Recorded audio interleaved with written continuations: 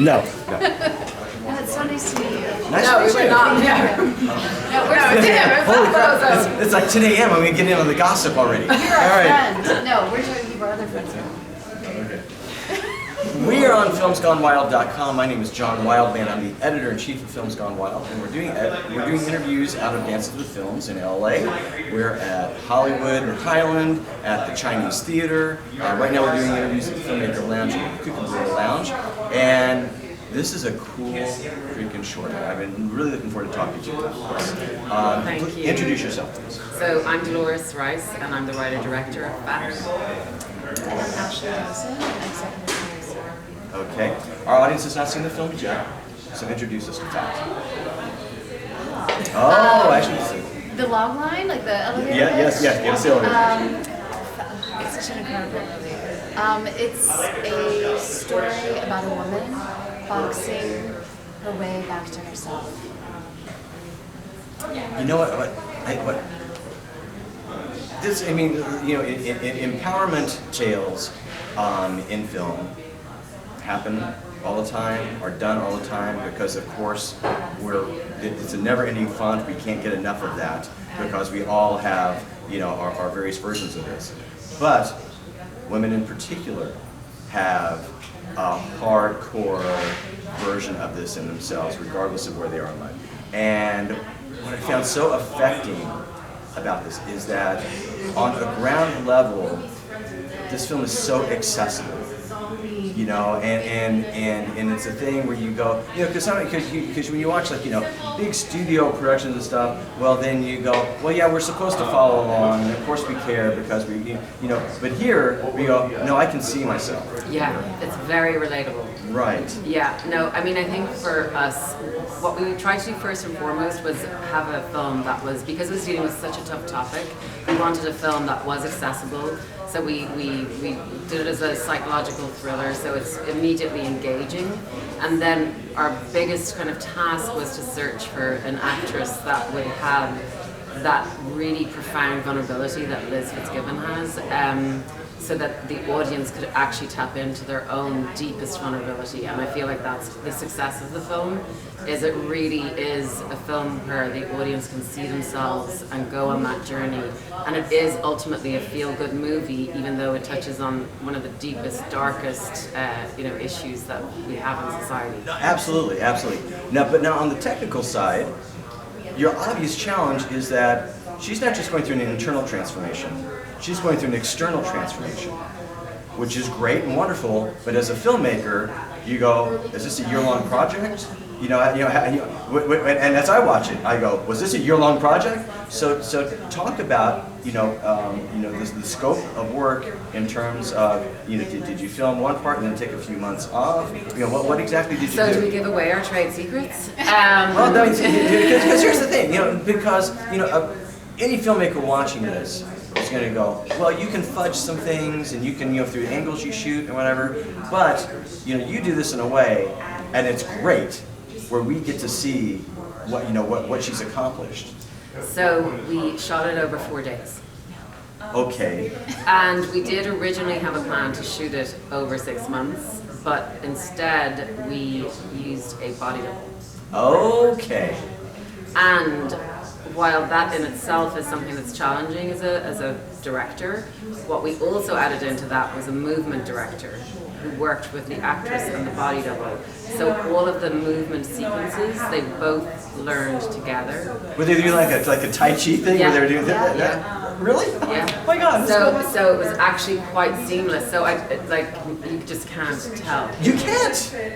Holy crap! I'm impressed even more, Dolores. I know, it's phenomenal. Jesus. I mean, those women were amazing, and the hair and makeup people and the costume people. I mean, it was a phenomenal feat. It is seamless. It is totally seamless.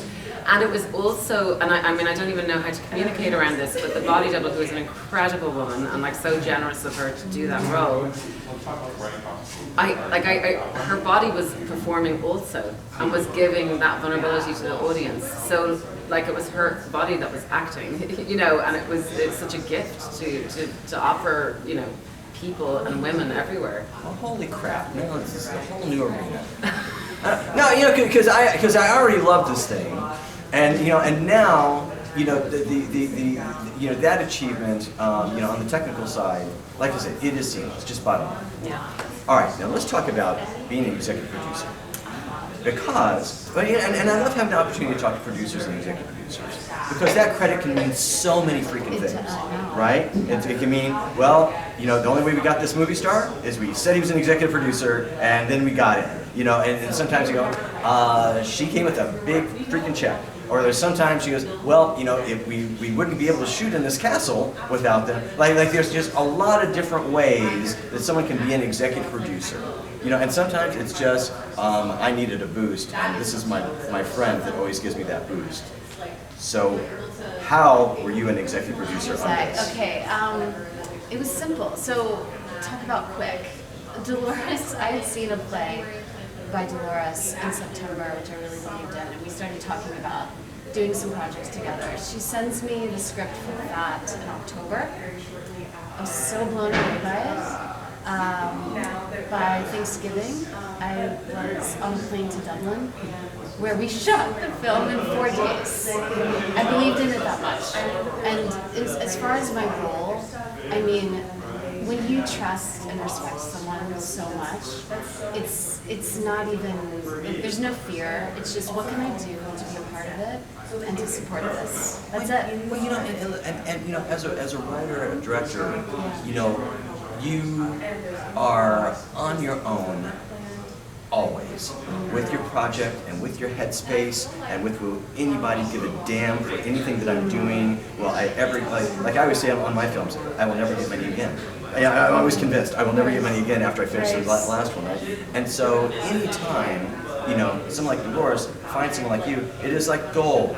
Because, you know, I mean, it really is, because again, you go, you know, she can have 15 scripts in a drawer that nobody is helping her make, and you know, and all those ways that I just outlined, you know, one person then gives you faith to go, okay, maybe I'm not crazy, maybe I do have something, right? Yeah. I'd like to speak to that because, like, that is absolutely true. And I was talking about this yesterday about the role of a producer. That is someone who can share your vision and hold your vision when you're losing faith as well. I mean, that is a real producer.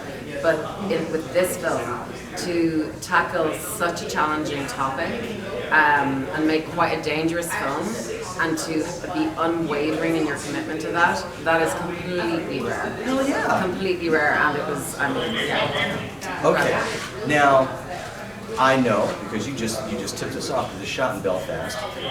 Nope, Dublin. Dublin, oh, shot in Dublin, okay. Greystones in Dublin. Bottom line, Ireland. Totally Ireland, yeah. We're in Hollywood right now. We are. Right? And, you know, and it's funny because our festival producer, Lindsay, she wrote to me and she said, can you do something special for FAP, because they are coming over from Ireland. And you know, and I said, yes, of course we can do that. If somebody's going to make the freaking trip out here, then we can really make an effort to take care. I mean, you know, all 280 films are my babies. But you go, you know, if you've done that, you go, well, then we really want to make an effort. But what I want to ask both of you is what that is like, because, you know, this movie, you know, this isn't just a popcorn movie. You know, this movie is you know, is really has a different place, and so it's going to be significant to watch it with an audience. It's going to be significant to watch it with an audience at the Chinese theater, right? You know, and so talk about that. Talk about, both of you talk about the feelings of being here in Hollywood with this particular film. Oh my gosh. So for me, I mean, there are two sides, right? So there's the child inside me who, you know, dreamed of going to Hollywood and dreamed of, like, you know, all those places where you see the handprints and all the, you know, so there's like a kind of childlike version of myself that's like, okay, I'm here with my film. That's so cool.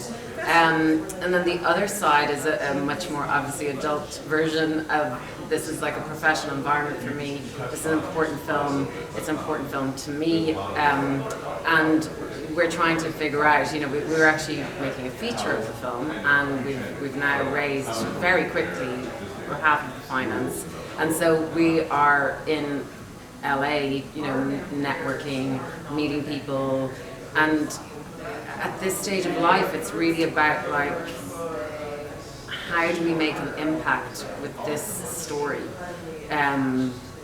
And so it's really all about that, you know. It's become a kind of mission, and there's a side to the story that's about advocacy. And so we've teamed up with an organisation for Dances with Films called We Ride Together, where we're hoping to create, you know, we've created these bags with like a donation. I've seen the QR fat bags. Yeah. So that people can donate. And I had met you, and so yesterday somebody had a fat bag, and I go, Dolores? And they're going, no, I'm not. Right. Just a fan. But what about you? Oh, yeah, I think, well, I think that at the end of the day, it's about storytelling. And when you think of Hollywood, you think of the greatest stories from your childhood that stay with you forever. For me, again, it goes back to the film and Dolores as a storyteller and how Maeve's journey, it's a universal one. You know, I mean, it's as much about, you know, childhood sexual abuse and the advocacy side that we're trying to promote, as it is just about breaking through shame and silence. And, you know, silence, I think that's why the film is so relevant today. You know, silence, it keeps people quiet, it keeps them alone. And I think Maeve's journey shows there's a way through anything. And you know, and I'll close with this, that again, even with that subject in particular, a lot of discussion oftentimes is like, why don't women report it? Well, you know what? Well, if you know, why did they wait so long? Or, you know, and you always have that conversation. And having something so beautifully shot and storytelling done so well helps get over that hurdle. Exactly. Right? And you know, and so there's people that you know can't fathom, well, why wouldn't you? You go, well, watch this. Yeah, exactly. You know, and so again, congratulations. It's so well done, guys. Thank you so much. Thank you. Oh.